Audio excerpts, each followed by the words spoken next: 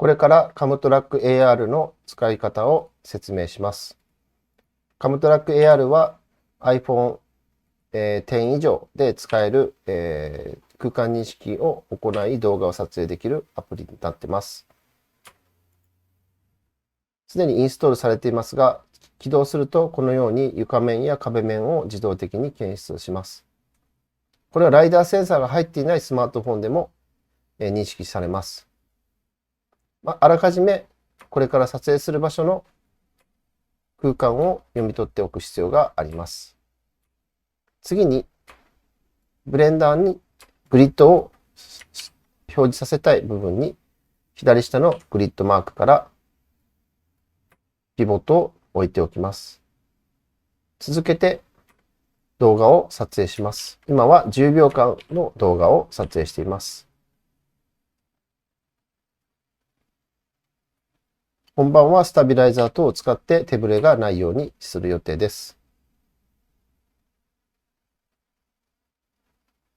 はい、撮影が終わりました。これらの動画以外のファイルも保存されました。カムトラッカー AR で取り込んだカメラのモーションデータとビデオのデータの取り込みを行います。すでに iPhone と PC は接続済みです。iPhone の画面に移ります。ファイル共有を選択します。カムトラッカー AR を選択します。撮影したデータを選択し、保存を押します。フォルダーごと保存を押します。保存先を設定して、これでローカルのドライブに落とされました。続けまして、ブレンダーでの読み込みの作業を行います。iTunes は閉じます。ブレンダーを起動します。ブレンダーが起動しました。ジェネラルで新規作成を行います。エディットからプリファレンスでインストール。先ほどダウンロードした .py Python のスクリプトファイルの方をインストールアドオンしておきます。閉じます。ファイルからインポート AR トラッキングデータを選択します。そして先ほどのキャプチャーデータを選択して読み込みます。少し待つとカメラのデータが読み込まれます。現在、このシーンにはカメラが2つある状態になっております。実際に使うカメラの設定を右側のウィンドウのこちらのシーンの設定で、もともとあったカメラから AR カメラに切り替えます。そして、カメラの設定にすると、カメラの動きを確認することができます。このままでは動画がないので分かりにくいため、動画のデータも読み込みます。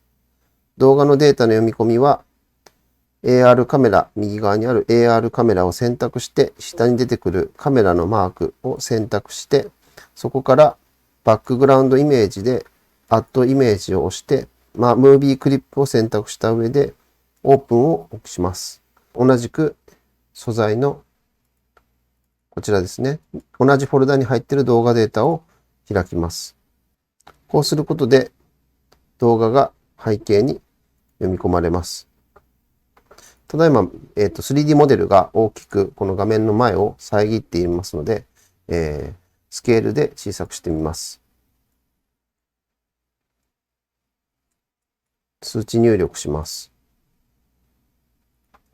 10センチ程度でいいので、1メートルに変更いたします。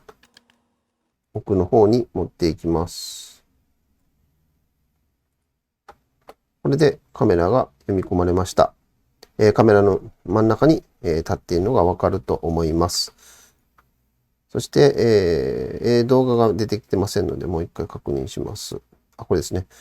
これアクティブクリップをチェック外すと、このように動画が出てきて、動画の中に 3D モデルが読み込まれているのがわかるかと思います。このポイントに関しては、カムトラック AR の中で仕込んだものになっております。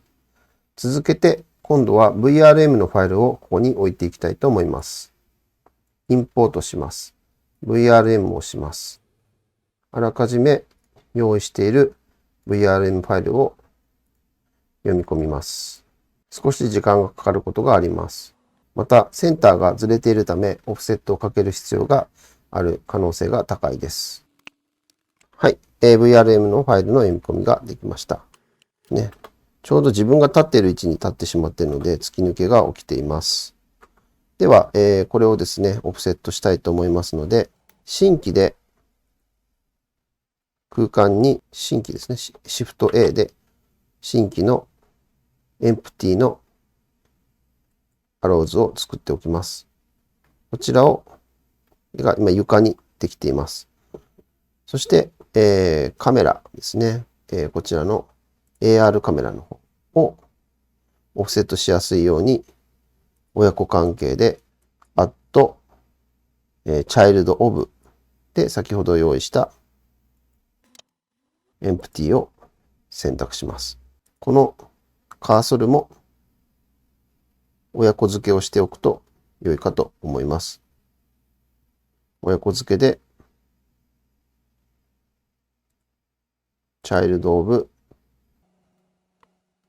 empty にしてからエンプティの方を改めて動かして位置調整をしていくとピタッと合うのではないかと思います。もう一回見てみます。滑らかに空中に浮いてない感じになりました。いかがでしょうか。表示をフラットのテクスチャーありに切り替えておきます。このようにしてキャラクターが床に立っている状態ができました。ここまでがカムトラック AR とブレンダーの位置合わせの合成になります。はい。続けまして、全身モーションキャプチャーの様子をお見せします。今、このように全身がわかりやすいですね。ように白い壁の前に立っております。それを TDPT のアプリで開いております。ちょっと動いてみてください。はい。このようにして TDPT からブレンダーにデータが送られております。はい。では実際の接続方法についてやっていきたいと思います。アドオンをインストールする必要があります。エディットからプリファレンスで VMC ですね。VMC4B というですね、アドオンを Web から落としてきてインストールします。インストールができている状態です。そうしますと、右側のパネルの方で VMC4B というのが出てきます。そして、この IP アドレスは自分のコンピューターの IP アドレス。そして、ポートはこちら側の TDPT の環境設定の中にあるこちらの設定とポートの設定と合わせてください。ちょっとフォーカスが合いませんが、こちらのポートの設定と合わせてください。次はアーマチュアの設定です。VRM のアーマチュアのと合わせます。で、コネクトを押します。このようにして接続ボタンを押すことで、キャプチャーが再開されました。動いてみてください。このようにリアルタイムに Wi-Fi を通じてデータが送られてきております。続けまして、Y ダヨを使って顔のキャプチャーを取っていきます。顔のキャプチャーに関しては Y ダヨの、設定をするだけなので割と簡単です。Y ダヨの画面の IP アドレスと VMC4B の IP アドレスおよびポート番号を、合わせた状態にするだけで接続が可能となっています。顔のキャプチャーと体のキャプチャーを同時にすると位置のズレが起きるために顔は顔、体は体で2つのブレンダーを起動して同時に収録することで解消できる見込みです。以上になります。ありがとうございました。